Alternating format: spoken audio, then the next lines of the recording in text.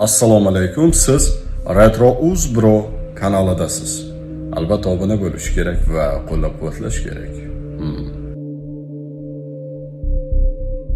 Yulduz Usmonova. Yulduz Usmonovaning 9-may kuni Nyu-Yorkda bo'lib o'tadigan konserti bekor qilingan. Bunga esa Nyu-York shtati deputati Mikhail Novakov sabab bo'ldi.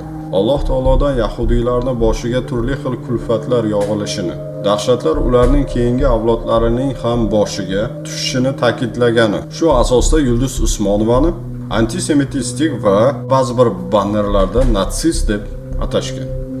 Bundan tashqari aynan o'zbekistonlik bo'lgan yahudiylar va xususan Nargiz Zokirova ham ushbu chaqiriqlarni qo'llab-quvvatlagan. Ayni shu kabi chiqish va qarshiliklardan so'ng esa Yulduz Usmonova alohida video e'lon qilib, 9-mayda rejalashtirilgan konsert dasturi bekor qilinganini e'lon qildi. Va albatta o'z muxlislariga minnatdorchilik bildirgan holatda, balki bu safar bo'lmasa, yaqin kelajakda albatta ko'rishamiz degan hamda Falastinga birdamlik izhor qilgan. Ha, balki siz bankni yana nimalarnidir boshqarayotgandirsiz. Ko'p narsalar sizning qo'lingizdadir, lekin dunyo ko'zini ochyapti. Biroz kuting, hammasi o'zgaradi, adolat qaror topadi. Siz butun dunyoni o'zingizga qarshi qilib oldingiz. Xuddi shunday bizni ham o'zingizga qarshi qilmoqchisiz, tushunyapsizmi? Siz yana bir bor yuzingizni ko'rsatdingiz. Sizga hech qachon hech kimdan uzr bo'lmaydi. Chunki sizlar zo'ravonsizlar. Biz qadimiy xalqmiz. O'zini hurmat qiladigan xalqmiz. Men musulmonman, dinimni, millatimni, vatanimni hurmat qilaman. Shuning uchun o'z qadriyatlarimizni hurmat qilaman. Shunday ekan, yigitlar, xafa bo'lmanglar. Qanchalik norozilik bildirmanglar, bugun baribir o'tadi. Sizlar bu bilan menga faqat obro', e'tibor qo'shyapsizlar. Hatto meni xursand qilyapsizlar. Nima sizlarda boshqa qiladigan ish yo'qmi? Hamma menga qarshi yig'ilibdi. Demak, men sizlarga kuchli ta'sir o'tkazyapman. Yaxshi, menga yo'l ko'rsatdingiz. Baribir konsertda ko'rishamiz. Bu safar bo'lmasa, keyingi safar. Yulduz Usmonova Falastinni qo'llab-quvvatlagan holda Nyu-Yorkka kiritilmadi. Konsert bekor qilindi.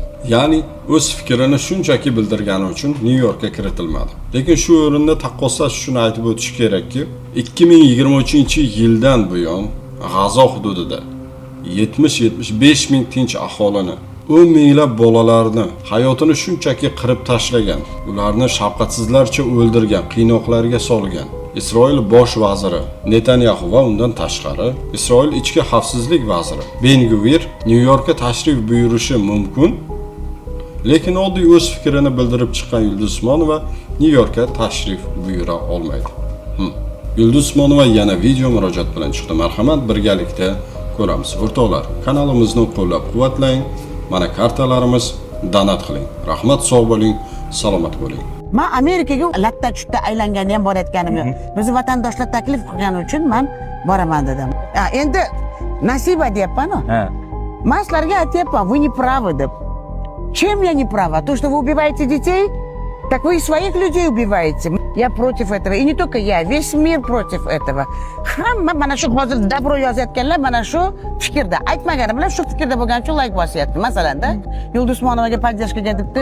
G'azodagi bolalarimizga, falastinliklar dunyoda qiynalib yashayapti, mazlum bo'lib, qo'li kalta, ashlarni topib yordam berib, menimcha qilamiz, xudo xolasa. Чем отличаются мои поклонники от меня? Они такие же, как и я. За правду не заржавеет, да? Go'zal yashaylik. Не надо умирать и сидеть на коленях, умолять кого-то. Надо всегда на ногах со правдой жить. O'rtoqlar, albatta bu dunyo hali vaqti kelib albatta tugaydi.